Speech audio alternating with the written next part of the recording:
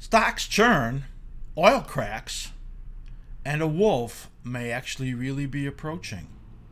More about that when we start the show.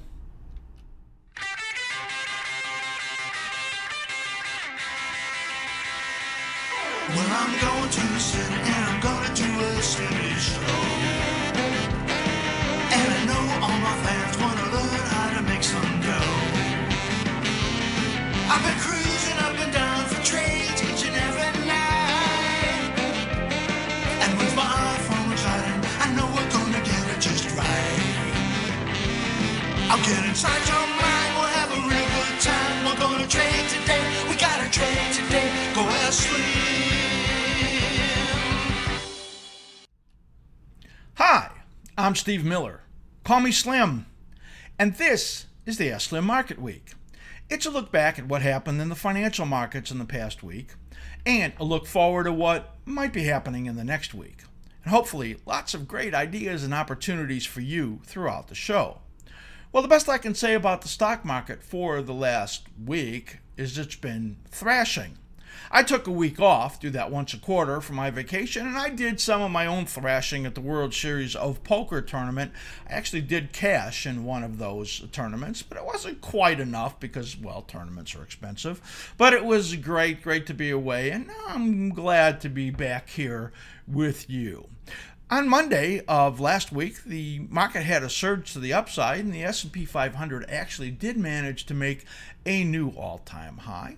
But the NASDAQ has now turned somewhat weaker and stalling at some resistance, and the Russell actually has had a short-term breakdown. So overall, there is some things going on in the stock market that there needs to be concern about. I'm going to talk more about that a little bit later in the show. Background news really on the light side. The Republicans unveiled their draft of Trump Care, and it did not get a great response. And of course, the Democrats don't like it. And that all has to be passed before you can get to the rest of the agenda. There's about 6 Republican senators that are not on board with it, and they can only have 2 that don't vote for it to pass. So there's plenty of work to do as far as that goes.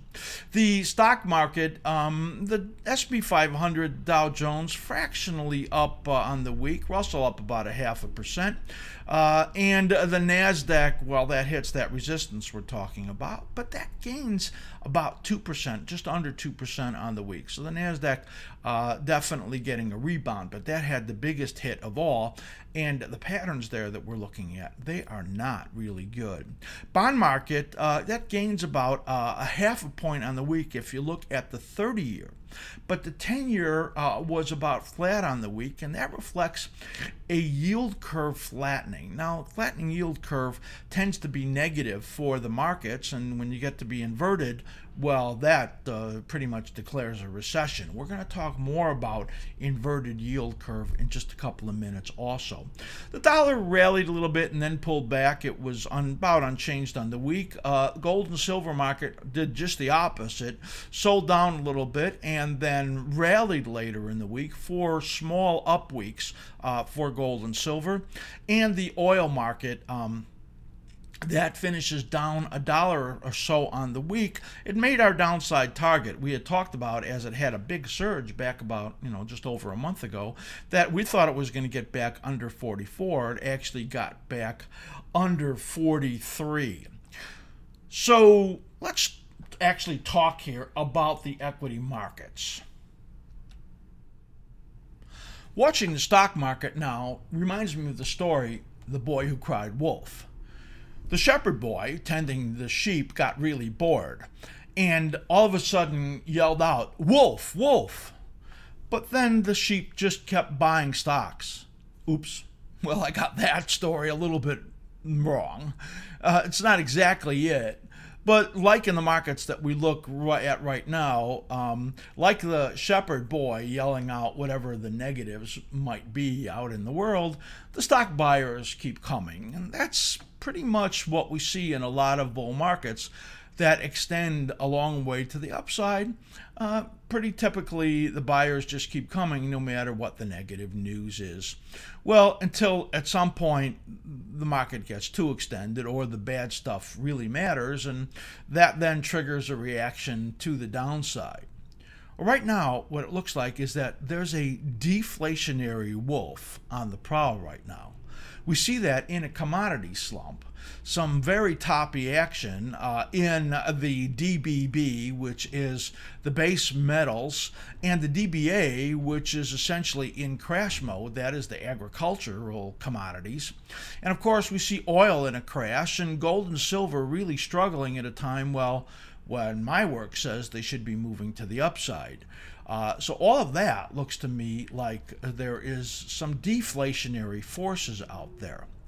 So I'm going to show you these couple of charts and also some stock indexes around the world that are actually already reacting to the downside and seemingly are being ignored.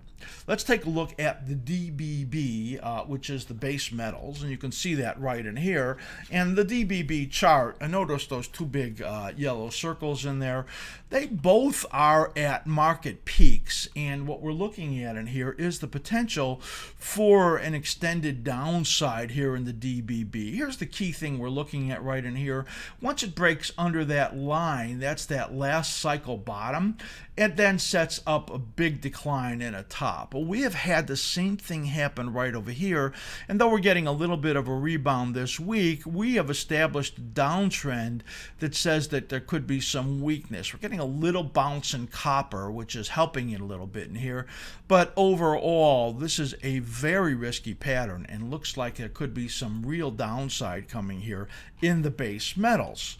Take a look when we look at the DBA. I'm going to switch this over to DBA, and you could see this massive downtrend that's gone in here just as I look in here at the last about year and a half, and that is it's actually 2.5 years, and you could see. And now if you just look at this last period in here, I'm just going to show you these cycle patterns, and you can see there has been a breakdown here in this last week. We have a decline in here that sets up all the way through September and many of the things that we look at are looking like there are some declines coming out in through late July through into September. So that's a very bad picture that I'm showing you there for two of the key commodity ETFs.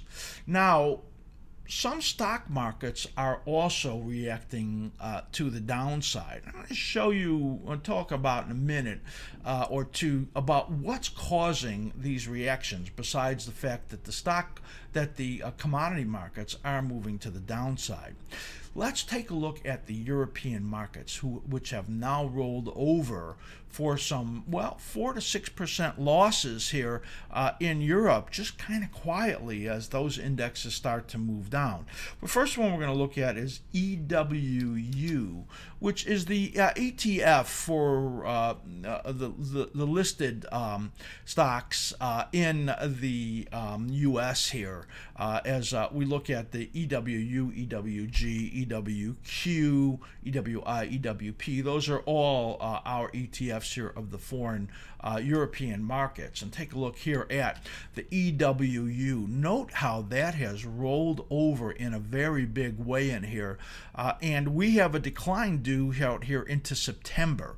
You can see that through our cycle analysis. And this is key to look at the timing because we've been talking about a weak market in the United States, July-August time period. And here you could see the significant cycle low periods right in here. And the next one is right over here. So we have this declining market, and it looks like it's going to fall continuously out into the September time period. We're going to switch this over now and look at the German market, EWG, and you could see how that has rolled over also. This is calling for a decline into about the first week of August.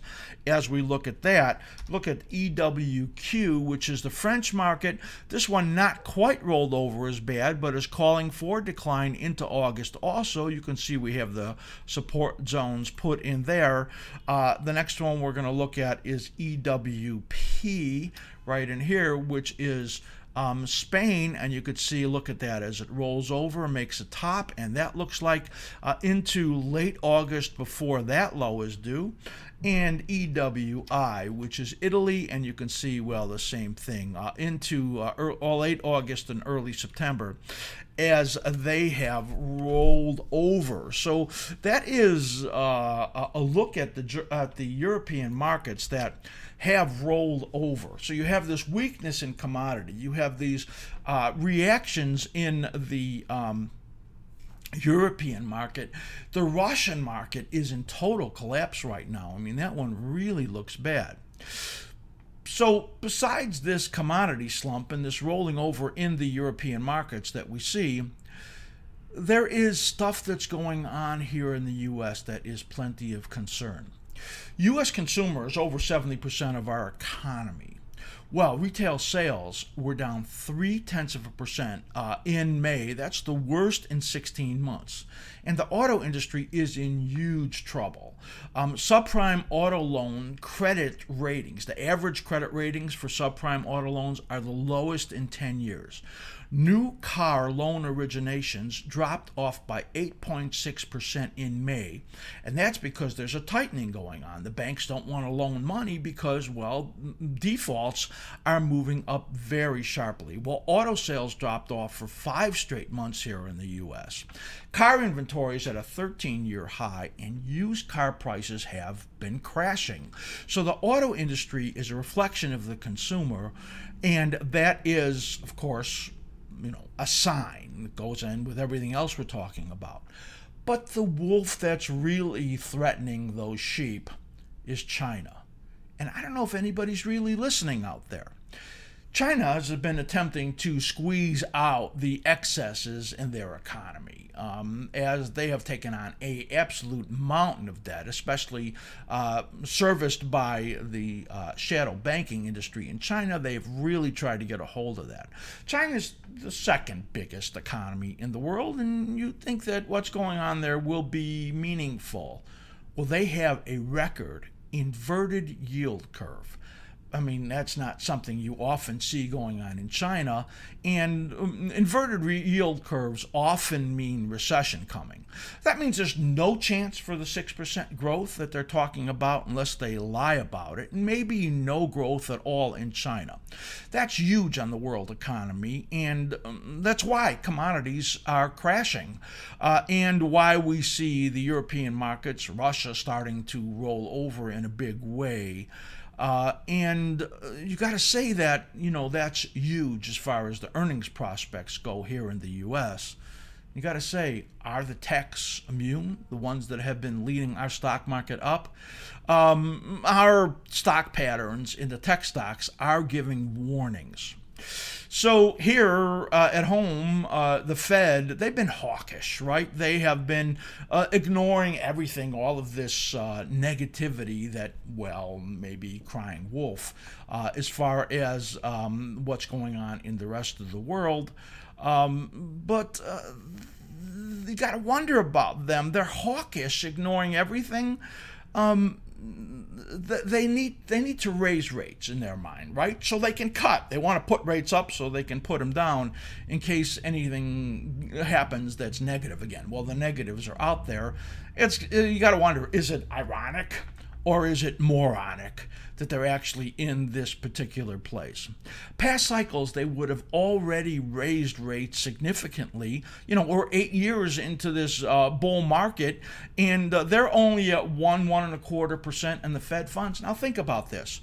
When Greenspan started all of this bubble economy stuff, he lowered rates to 1.25%, stayed there for 18 months, and it caused the huge bubble that happened in the real estate market and the mortgage markets that brought on the crash. So Greenspan was responsible for that at 1.25% rates. Now we're only just getting up to 1.25% rates. So the amount of stimulus in the economy is still huge, yet our growth conditions are not good, and we have all this stuff going on in China where they are tightening, and in Europe they're already talking about ending their QE programs. In Japan they're thinking about that also. So the stimulus is essentially coming out lot of the worldwide economies, well, when there's no growth there.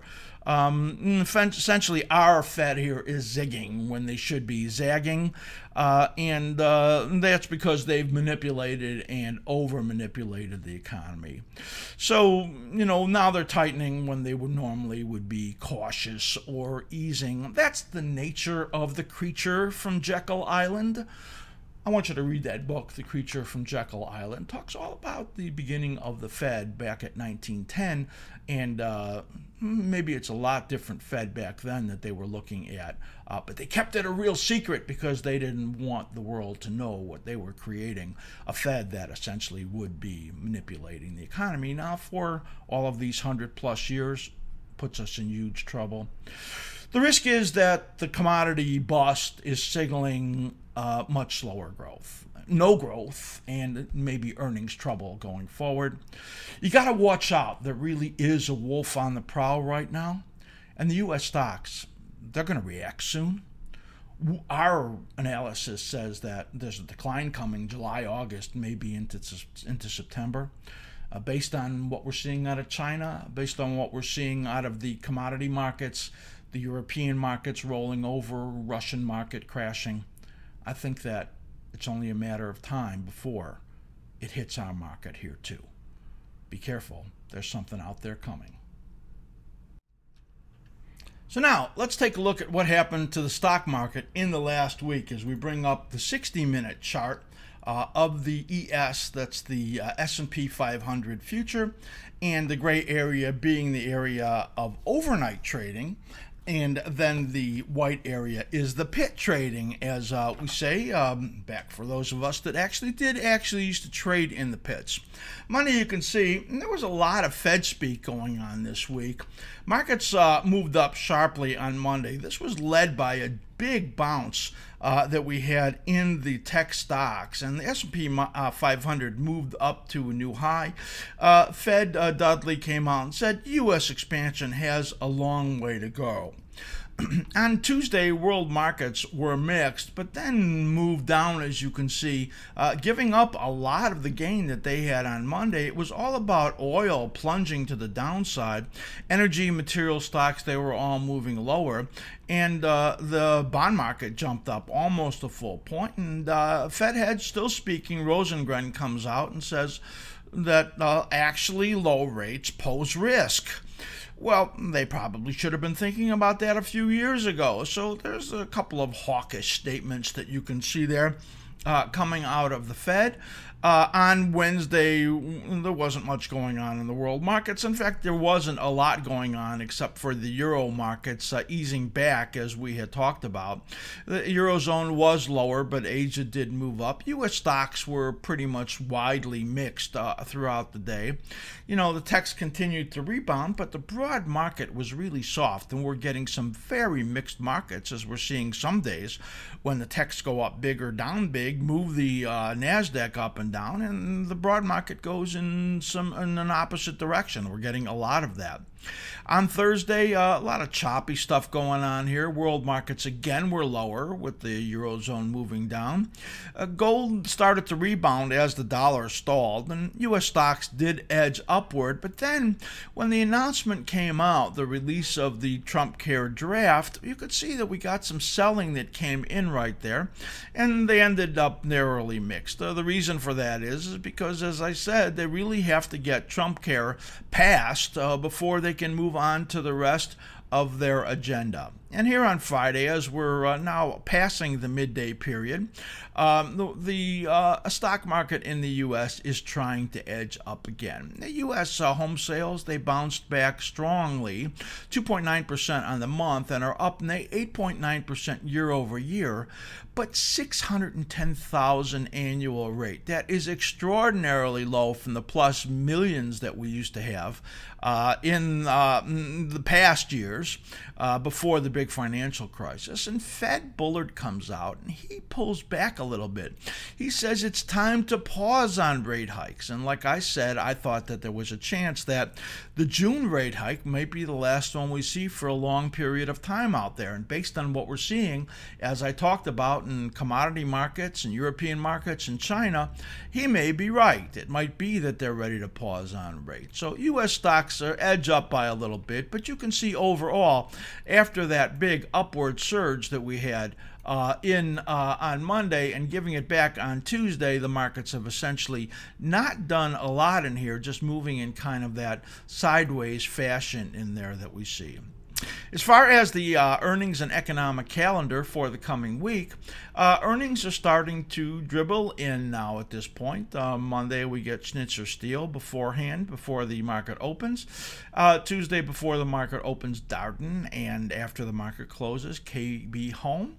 And on Wednesday, General Mills and Monsanto before the opening. Maybe the one I follow the most is, or two of them, WBA, which is falling apart as there's some fear about Amazon hurting them also, and Nike, which is moving up to a resistance area right now. We actually think that it's a sale before or after earnings. In other words, we think if it ticks up on earnings, it's going to fail, and we don't like the pattern in there at all. As far as the economic events going on during the week, the biggest one is on Thursday, where you get the GDP report at 8:30 Eastern time in the morning. The rest of the stuff we don't think is significant market movers in there. So that is the earnings and economic calendar for the coming week. The next thing we do in here is look at the best and worst stocks for the week, and that is coming up right now.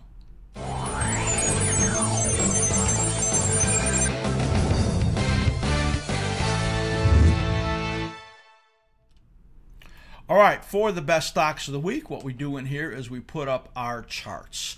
What we do is cycle analysis if you're new to our show, and what that means is that, well, we look at the rhythms of the market. Essentially, it's the money flow, and it's visually depicted. It's an observational way of looking at charts through these cycle rhythms that we look at. We look for repeating patterns in the market, and they give us a lot of information when we do it on multiple time frames. We're going to start out by looking at AMD, and you'll see when we look at these charts that they have a specific cycle rhythm in there that I think is going to, well, speak loudly to you.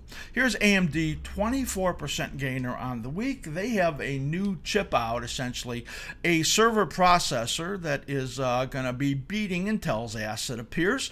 And you can see in here the cyclic action as we have it measured off. Basically, the cycle brackets on the bottom tell us the ideal cycle movements. Basically, when they're in a declining mode, it tells us that there is a specific low that's due, as you could see right over there.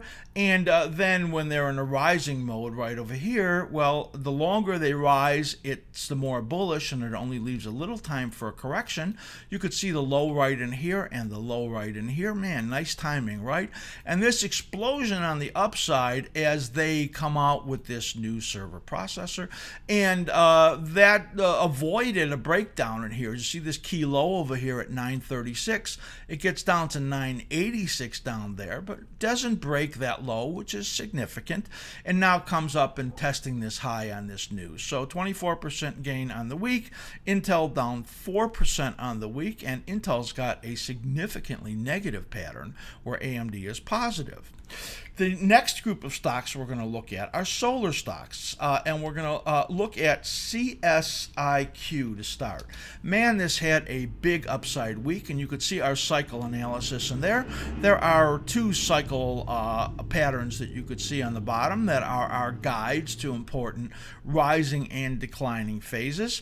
CSIQ up 20% on the week, SunPower up 19%, First Solar up 11% on the week, and this is all about comments out of President Trump. It seems like, you know, his whims are moving markets right in here, and he made a comment that maybe they could pay for the wall by putting solar panels on the wall. well. So I guess that's a good idea, and the solar stock soared on those comments. He also bullishly affected the biotechs and medicals too, and healthcare. I'll show you that in a second also. But here you could see this giant move up in here. CSIQ has actually been our favorite. Now when you look in here at the pattern, we're looking for some pullback in here into July, August right there, which is what we expect the stock market to do, as we've been saying. And then after that, positive. So if we get this dip right over here, I actually think that you can buy CSIQ because it has been our favorite, and I think it is the best of the earnings in there. SunPower, you could see in here, also a similar pattern. We have our colored phasing in there for you to see. It's in this upward green rising phase. You could see in the last cycle that it rose through most of that. See how long that green phase is right in here? And then a modest short-term correction, and then back into this positive pattern. So we see a decline here into August, giving up some of that ground from maybe what is a ridiculous statement out of the president, and then after that maybe getting into a positive period. Maybe he's not that negative on solar as everybody thought he was. FSLR, you can see in here, well, that's a pattern that's really turning out to be positive, and nice rising phase that you can see right in there. When two phases are rising on the upside, you can see 1, 2, you get nice upside moves. When two phases rise on the upside and they fail, that sets up big declines. You could see really the great value in here. This stock had an absolute huge downgrade in their earnings prospects. Their PE is huge. This is the one I would avoid, actually. I think it has the least potential compared to CSIQ as far as the solar stocks go. But positive comments out of the president has got these stocks pumped. And, you know, going forward, maybe he is going to be less negative or more positive in the group. Again, pull back into maybe August, and I want to buy CSIQ. Pandora, the next gainer on the upside, P, that gains 16% on the week. It's kind of a, you know, bad news, maybe some good news in there, as this stock has been in horrible shape, and we've been negative on this stock. So take a look here as we look at Pandora, P, on its cycle rhythms. And you can see in here this chart let me blow us out a little bit further out here for you to see. And you can see that, well, beautiful cycle rhythms when we look at that. And this is really a super negative period right in here. So in other words, this was a rally phase. You can see that. Well, look at this rally phase, and this rally phase, and this rally phase, right? Really good, right? This one only rallies for a few weeks and then breaks down. When that happens, well, it points to a time period where the decline will go down to. Now look at this reversal right in here. I like that when I see that. It's a little early from the time period that we expected to see the bottom in there. But there's some news out here that Tesla wants to go into the streaming business. Now, you would guess that that would kill the stock. And but now here, when I look at the daily chart in here, you could see these last few days since that announcement. What do you think is going on in there? Well, maybe there's some thoughts out there that if Tesla wants to get into the streaming business, what easier way to do so than to take a grab at Pandora? So you could see that moving on the upside. We think it has an early bottom in there, which is bullish. I think if Pandora gets another pullback in here to maybe $7.50 or so, I think it's worth a shot. I think you could make some good returns on that one. Now, we've been negative on it. Now it's getting to that time period, and I would say that it's worth taking a gamble on it. And let's gamble on a stock like that loses money. All right, so now let's look at some tech stocks in here. Oracle, Red Hat, those are stocks that had some good gains, 13% and 12%. Oracle is really executing well in the cloud category. This has got nice cycle analysis on there for you to see. Remember, the green phases are rising phases. The yellow phases are corrective phases. And when it dips into a red phase right over here, that means that the cycle has gone negative. And usually when that happens, you don't get good rallies afterwards, but this stock actually was able to do so. Look at this week right in here as it puts on a 13% gain on the week. It was really at risk of putting on a breakdown in here, but then explodes on the upside as their earnings beat their cloud category. They did really well, and analysts are all over over this one on upgrading it. A monstrous move in there that takes it into the target zone between the fib extensions of 78.6 and 100%. That was, wow, unexpected, and really comes on some very good news for the stock. We're going to look for a pullback in here at about between 48 and 50 sometime between now and August. You can see that cycle rhythm lining up with so much else we're looking at that says decline into this August period, and then we want to be a buyer of this stock. Really good looking stock. 13% up on the week. Red Hat also has a really good week. Look at the similarities in that. Earnings beat, guide up. They guide up, and analysts all over this one. And look, it gets right up to that 78.6% fib extension. It's early in its advance, and so we would, if there was any pullback in here, we would expect it to continue.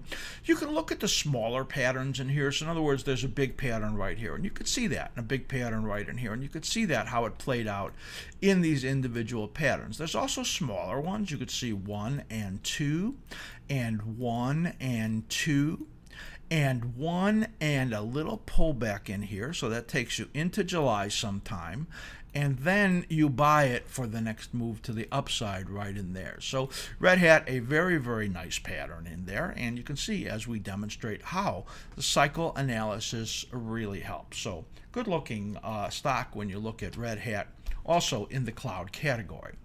Take a look. We're going to take a look at Twitter here. Twitter has been on our list of long side setups in there.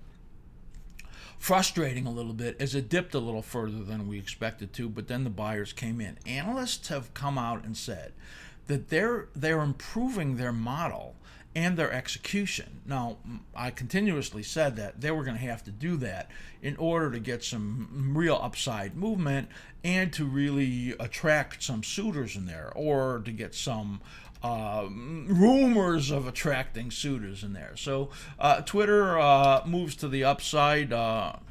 Full disclosure, I'm long this stock. And this stock, you can see in here that it has really floundered, and as it came from, well into the 40s all the way down to dipping down to the 14 level. Let's just look at these last 5 cycles right in here that you can see. And we actually turned bullish as it started to create the bull flag over here. And we're a little early on that.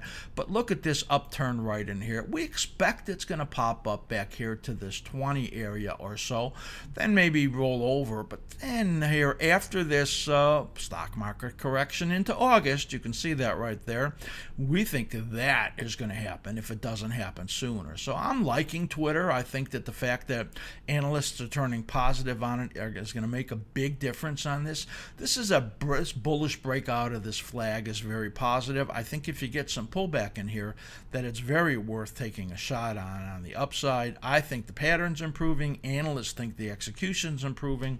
So I like it. So now we're going to take a look at the biotech stocks.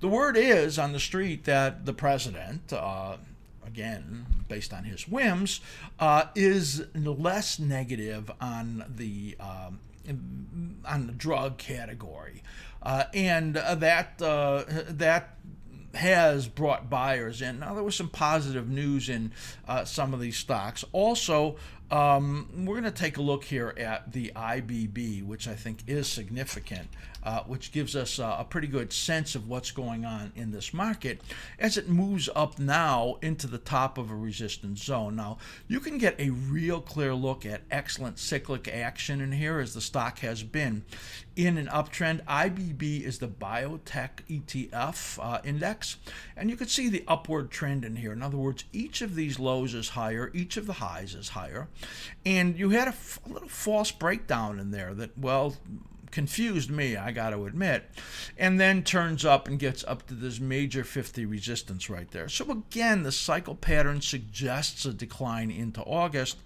as we see there, but this is much better action, and we think that the group really looks like it's got a good opportunity in there.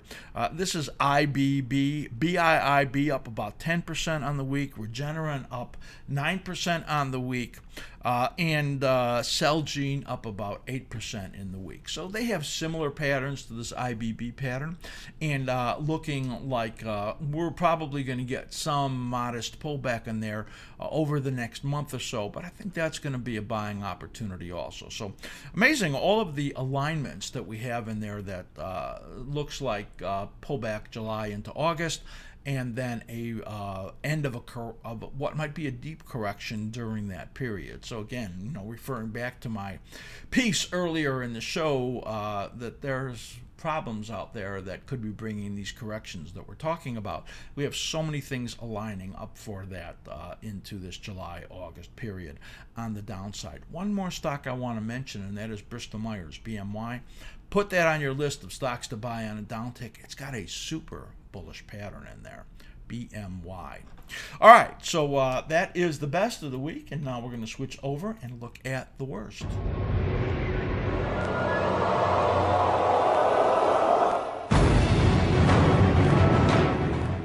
All right, for the worst of the week, Bed Bath & Beyond is the prize winner in here as that stock moves sharply to the downside, a 14% loss on the week. Actually, that's still IBB, so we want to switch over to BBBY for Bed Bath & Beyond, and you can see this pattern in here. I'm just going to trace out these cycles, and you can see in here the negative cycle rhythms that have been going on in here as each of these lows, a lower low, and now take a look here.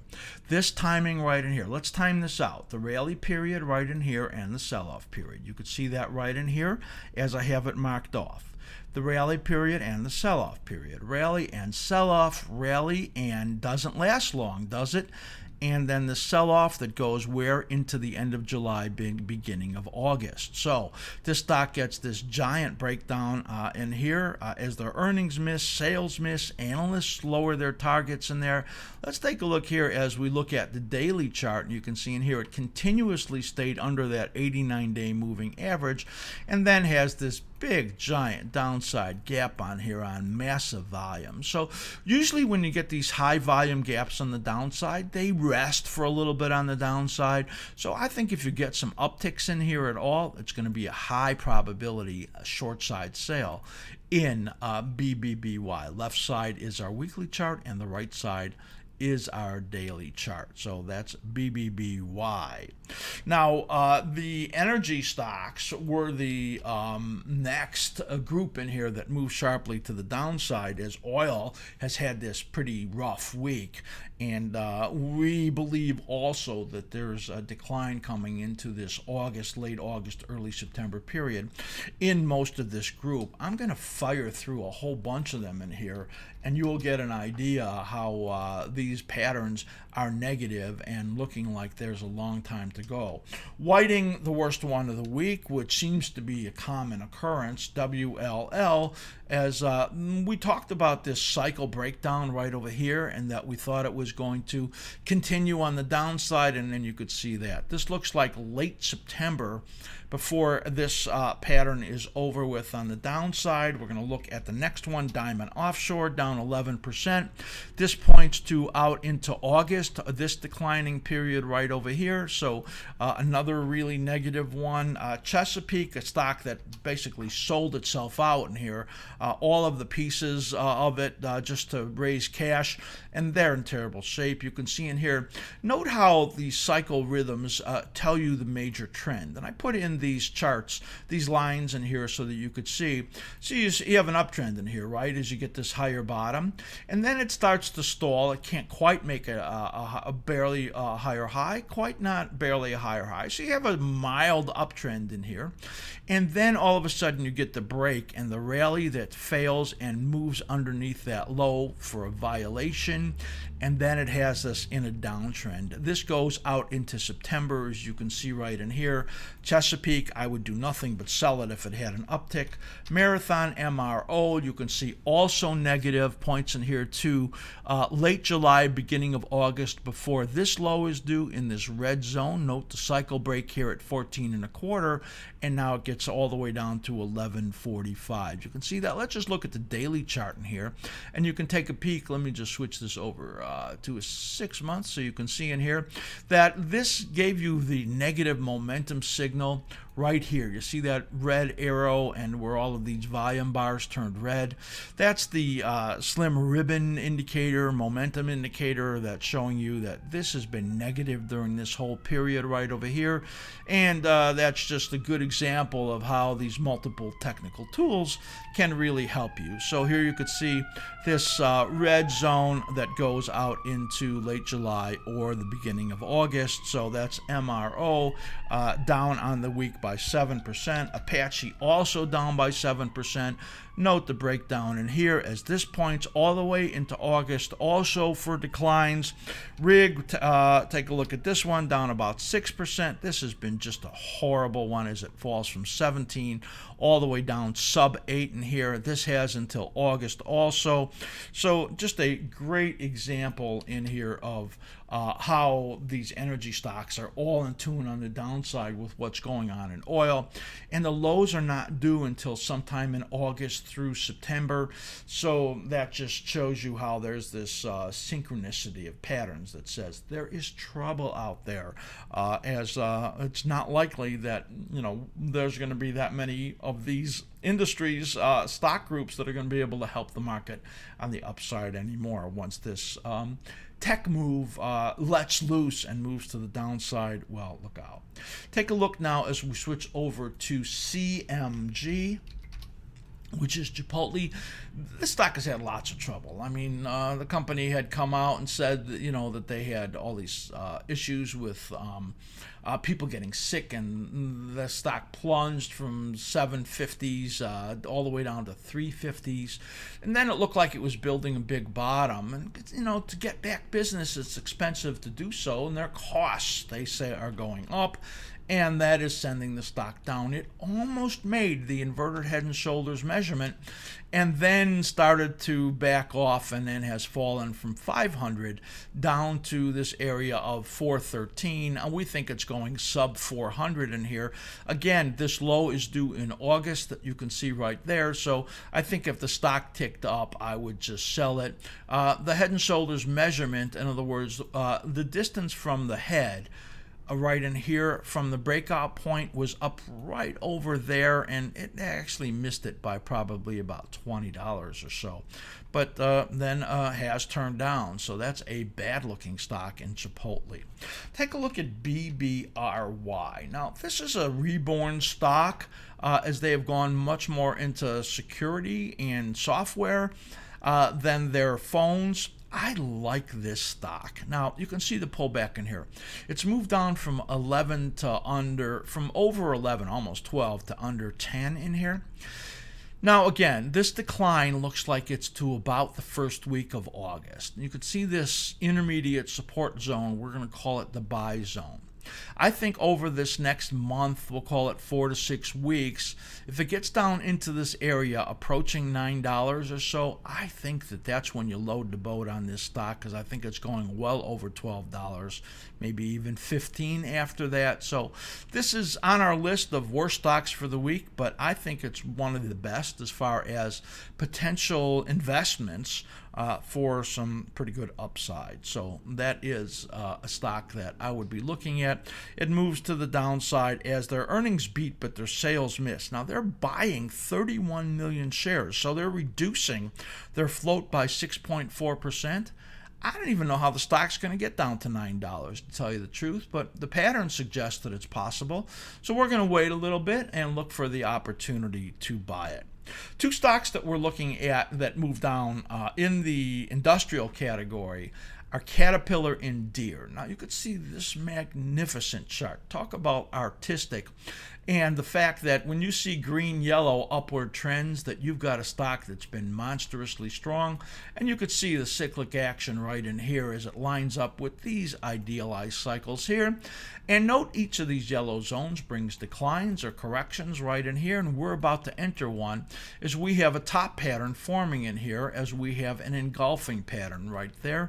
With the deflationary conditions that are out there in the world, so what's going on in China, that's not good for Caterpillar. They've got to sell to the mining companies, and they've got to sell to the companies that are going to be involved in infrastructure, which may not happen. And there's a lot of doubts about the infrastructure happening, the stimulus coming out of that for a long period of time. That is a sell warning, and we could see the stock declining, yes, into late September and here late July, beginning of August, as we are establishing a downtrend as you look at it in there. Here's the daily pattern in here. Let me just remove all of that mess for you to see in here. Boy, did I do a lot of work in there. Let's remove that. And you can see in here, it's coming down to a minor support zone and getting a little bit of a bounce, but this is our sell zone. We want to sell it between 104.50 and 106 in there when we get a bounce, and we think that will be setting it up for a pretty good decline in there. The last one we're going to show you is Deere, down about 3.5% on the week, and also this big engulfing pattern right in there. We think it's topping, going to decline through late July. And when I look here at this daily pattern, you could see right in there, it's at a support zone. Let me just blow this up for you. But we think it's going to decline. We're looking for a first stop somewhere down in the 17.5 to 120, 117.5 to 120. And here we think if it gets an uptick, it should be sold, because this pattern in here on the left side on the weekly looks like it is really got some trouble. So Deere, Cat, they bounce. I think that you get some pretty good selling opportunities, and that is the worst of the week. We're going to be right back right now with our short-term view for the stock market for the coming week.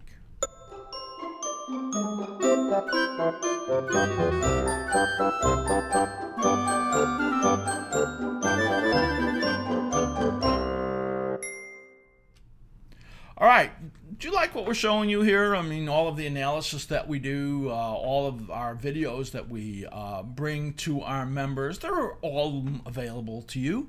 If you become a level 3 member, you're going to get all of our information on our rankings and trade setups. We look at the 80 best traded symbols on 24 futures and 56 stocks and ETFs. You don't need to go outside of that group if you're an active trader at all, because it's the best option trading also in those stocks. We give you our long-term, intermediate, and short-term rankings, our option bias, which is just amazing in looking at the trends that you can direct your option positions, and our trade setups, plus 9 categories of videos. That includes this show, our short-term view for members, and just 250 or more videos in there. You can do some marathon watching, see everything that we bring to you for half price, $43 for all of that, just to try us out for a month. Just send me an email, slim@askSlim.com, and you will be able to see all of that and give it a good try, and you're going to love it, and stay with us. If not, you can just leave and say, well, I've had enough of that. But most people don't do that, because I think we bring some really excellent analysis and great educational stuff. I mean, I don't know where you're going to learn so much for $43, really. So we're going to look now at our short-term view for the stock market for the coming week. What we said in the last week was that we thought that, well, actually, it's 2 weeks ago, we thought that the stock market would get a dip to about 24 in the S&P 500 and then rally again. Well, it fell to 24.18. It got 6 points in the S&P 500 below where we thought it would get, and then rallied again, and then, of course, made a new high. So we were pretty much spot on when you talk about that. So that was 2 weeks ago. So, what have I done for you lately? Well, lately we'll talk about the coming week. We're getting a rally today in the stock market, and our work suggests, we've talked about a lot in this show, that this period in July, August is a very risky period for the stock market. we think that we're in the topping phase right now, and we're seeing the Russell and the Nasdaq actually giving us an indication of that, even though the S&P 500 has made a new high in the last week. They have not. Let's take a look here at the S&P 500 right here, and you can see that we have our cycle patterns in here. In other words, what we're looking at is a pretty consistent repeating pattern. That's this bigger one right over here and this smaller one right over here. We have them actually drawn in so you could see the two different cycles right in here in the present cycles that we are in. What this projects to essentially is that, and if you want to look at this small pattern right in here, you could see that we actually nailed that expected low right there, and then the next rally came and then it rolled over. So this is the pattern as it's shaped up in here, and you could see the clarity in that right there. So what we had looked for was, you know, this little dip and then more rally, which we got. So that's right in here, and then this little pullback is right here. Man, look at how nice that's following the pattern. So now we're entering or in this little rally right there. That's going on right at this moment as we speak, and we're moving into the holiday week. Now, last year, the pre-holiday week, as next week will be, brought a big rebound from a big downside the previous week. So there was a lot of movement then. And 2 years ago, actually, the pre-holiday week had a down 2% day in it. That actually could be coming. And what we're looking at in here is that for our stock market, that we're going to continue up a little bit. We might challenge the old high, we might fail, but then when this rally ends and it rolls over and it joins this period right in here, we think that that period is the period of extreme risk. In other words, the risks are really starting to grow. Now, this could extend into the holiday week right over here and get us out to, you know, past the 4th of July, which would be a week from Wednesday.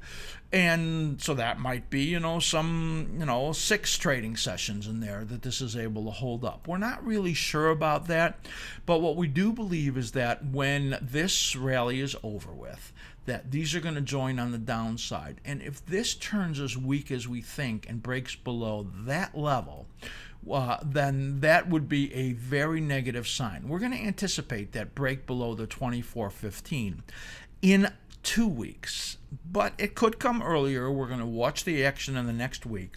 We believe that we're going to see this pattern right in here, rally and then rolling over and then an acceleration to the downside. And that is essentially a 2-week look because we're out in the holiday period. This takes you out into the July 10th when that next low is due right over there. So rally and then move to the downside. So we really think that the risks are growing. And as we said, we think that the coming July-August period are just a hugely risky period based on everything that we see in the market. So we're going to call this coming week up week early and then down, maybe small down on the week overall with risks really picking up. That is it. Man, we bring you a lot in this show. Be very interested in hearing your comments on all of that background information about the European markets and the Chinese situation and the big break that we're seeing in commodity markets and our stock market that's just hanging up there for now. That's it. I want you to be careful out there because it is crazy. And I'm always wishing you great trading. Well, I'm going to the city and I'm gonna do a city show. And I know all my fans wanna learn how to make some dough. I've been creating